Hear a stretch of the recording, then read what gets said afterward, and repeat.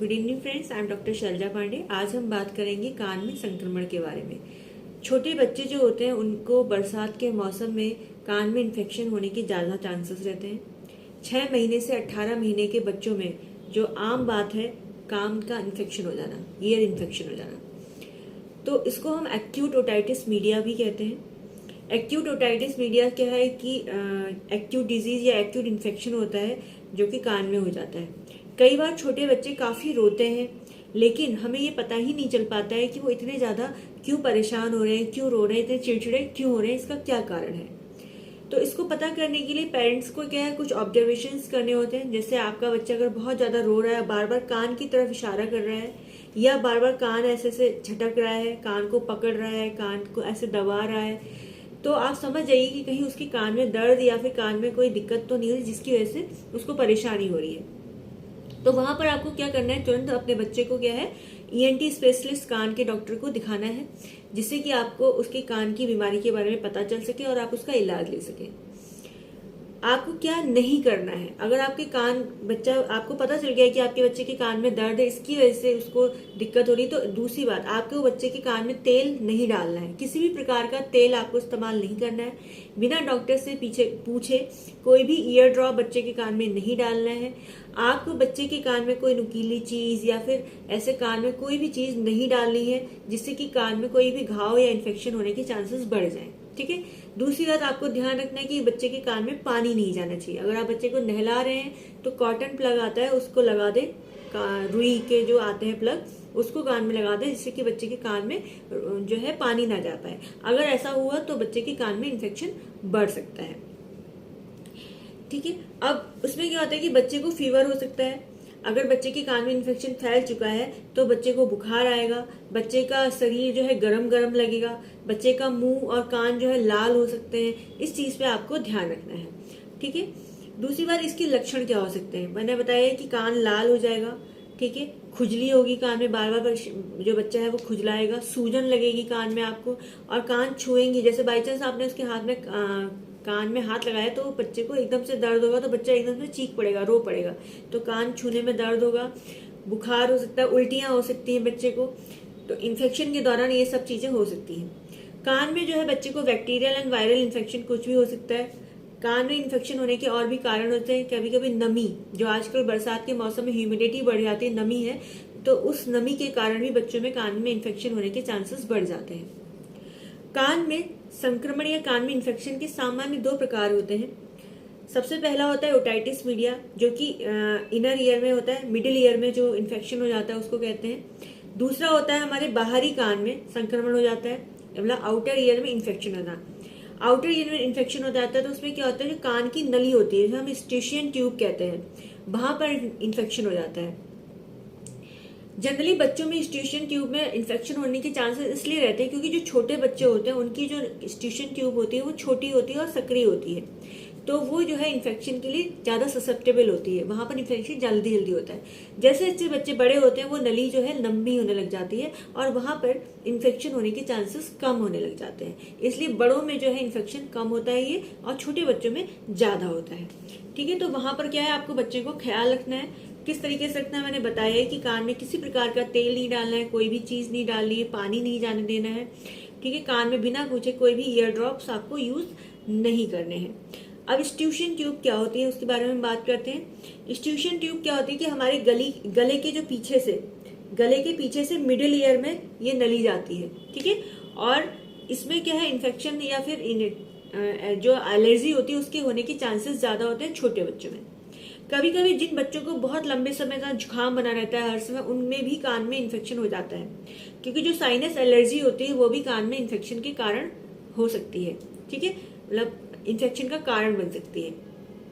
इसके अलावा कान में क्या क्या सिम्टम्स आ सकते हैं, अगर कान के अंदर इन्फेक्शन बहुत ज्यादा बढ़ गया है तो डिस्चार्ज होना शुरू हो सकता है। ठीक है। कान में येलो डिस्चार्ज हो सकता है, येलो डिस्चार्ज होकर कान में जमने लग जाता है। कभी कभी ये ब्लडी डिस्चार्ज भी होता है अगर इन्फेक्शन ज्यादा बढ़ जाता है। और कई बच्चों में सफेद रंग का जो है फंगल इन्फेक्शन हो जाता है। तो वहां पर जो है बच्चे के कान के साथ आपको छेड़ाखानी नहीं करनी है, सिर्फ और सिर्फ डॉक्टर की एडवाइस से दवाइयां चलानी है। इसमें कुछ एंटीबायोटिक्स भी चल सकती हैं, ठीक है, कुछ ईयर ड्रॉप्स भी डॉक्टर जो है एडवाइस कर सकता है उसके अकॉर्डिंग, इन्फेक्शन के अकॉर्डिंग, तो वो आप डाल सकते हैं। क्योंकि कई छोटे बच्चे जो है एंटीबायोटिक्स नहीं खा पाते हैं, तो उनको क्या है एंटीबायोटिक जो होता है एंटी फंगल इन्फेक्शन के जो है ईयर ड्रॉप्स दिए जाते हैं, जिससे कि बच्चे के इन्फेक्शन को ठीक किया जा सके, ठीक है। इसके अलावा जो है कुछ दवाइयां होती हैं, जैसे बुखार के लिए आइब्रो पैरा और आइब्रोफिन जो है बच्चों को दी जाती है, मगर बिना डॉक्टर से पूछे आप ना दें, ठीक है। इसके अलावा होम्योपैथिक दवाइयों के बारे में बात करते हैं। होम्योपैथिक दवाइयां जो है ईयर इन्फेक्शन के लिए बहुत अच्छी मेडिसिन होती हैं। अगर बच्चे के कान में बहुत ज्यादा दर्द हो रहा है, लाल पड़ गया, सूजन आ गई है, तो वहां पर बेलाडोना सबसे बेस्ट मेडिसिन है। बेलाडोना को आप बच्चे को दिन में 3 बार जो है 2-2 गोली, अगर गोलियों में दे रहे हैं 2-2 गोली, और अगर ड्रॉप में दे रहे हैं तो आप 1 ड्रॉप, ओनली 1 ड्रॉप 3 टाइम्स बच्चे को दे सकते हैं। 1 चम्मच में, अगर आपका बच्चा 6 महीने से ऊपर का है तो आप 1 चम्मच में छोटा थोड़ा सा पानी लेके उसमें 1 बूंद डाल के बच्चे को पिला सकते हैं, ठीक है।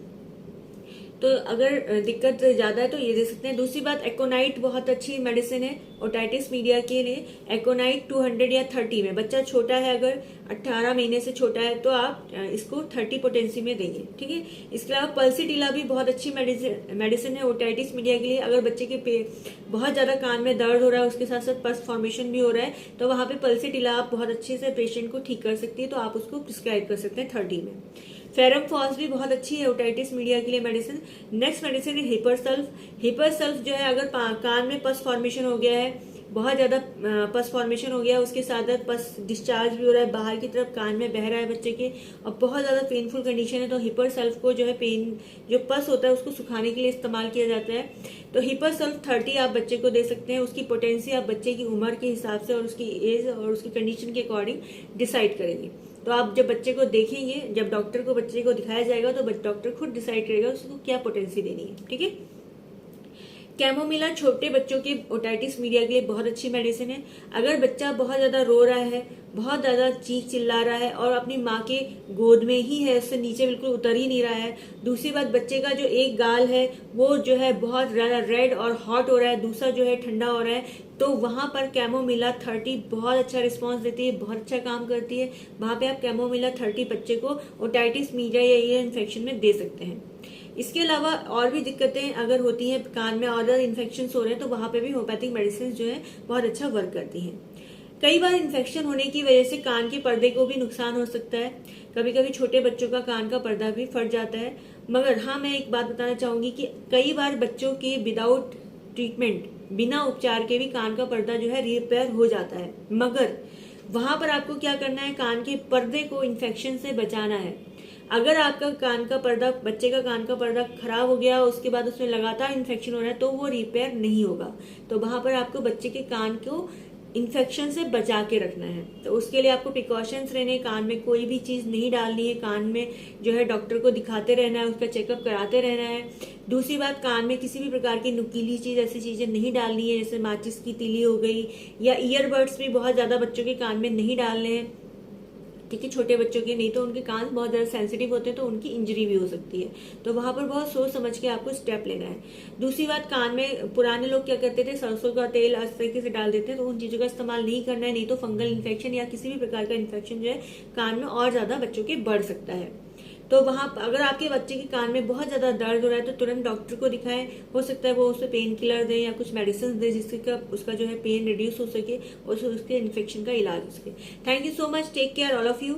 अगर कोई भी दिक्कत है आपको, या आपको कोई हेल्थ से रिलेटेड कोई सजेशन लेने हैं, तो आप मुझे जो हमारा ऐप है कॉल फॉर मी ऐप, मुझसे बात करके आप सजेशन ले सकते हैं। यूट्यूब पे भी आप मुझसे सजेशन ले सकते हैं। अगर मुझे टाइम हुआ तो उस पर जरूर मैं आप लोगों को आंसर दूंगी। Thank you so much, take care all of you.